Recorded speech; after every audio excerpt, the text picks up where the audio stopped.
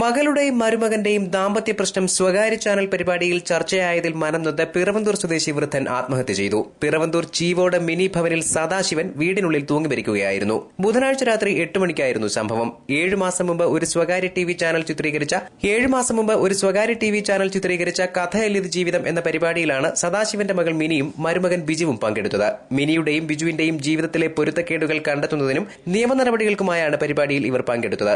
എന്നാൽ തുടർന്ന് സാമുദായിക സംഘടനകൾ മുൻകൈയെടുത്ത് പ്രശ്നം പരിഹരിക്കുകയും ഇരുവരും ഒരുമിച്ച് ജീവിതം തുടരുകയും ചെയ്തു. പ്രശ്നപരിഹാരമായെന്ന വിവരം ചാനലിനെ അറിയിക്കുകയും ചെയ്തിരുന്നു. ഇതിന്റെ അടിസ്ഥാനത്തിൽ പരിപാടി സംപ്രേഷണം ചെയ്യരുതെന്നും ആവശ്യപ്പെട്ടിരുന്നു. എന്നാൽ കഴിഞ്ഞ തിങ്കളാഴ്ച മുതൽ വ്യാഴാഴ്ച വരെ പരിപാടി ചാനലിൽ വന്നു. ഇതേ തുടർന്നുണ്ടായ മനോവിഷമമാണ് സദാശിവനെ ആത്മഹത്യയിലേക്ക് നയിച്ചതത്രേ. വീട്ടിൽ നിന്നും ശബ്ദം കേട്ടെത്തിയ ഭാര്യയും മകനും ബഹളം വെച്ച് നാട്ടുകാരെ അറിയിച്ചു. തുടർന്ന് പുനലൂർ താലൂക്ക് ആശുപത്രിയിൽ എത്തിച്ചെങ്കിലും രക്ഷിക്കാനായില്ല. പോസ്റ്റ്മോർട്ടത്തിന് ശേഷം മൃതദേഹം വീട്ടുവളപ്പിൽ സംസ്കരിച്ചു. രാജമ്മയാണ് ഭാര്യ, വിനോദ് മകനാണ്. News bureau, Pathanapuram.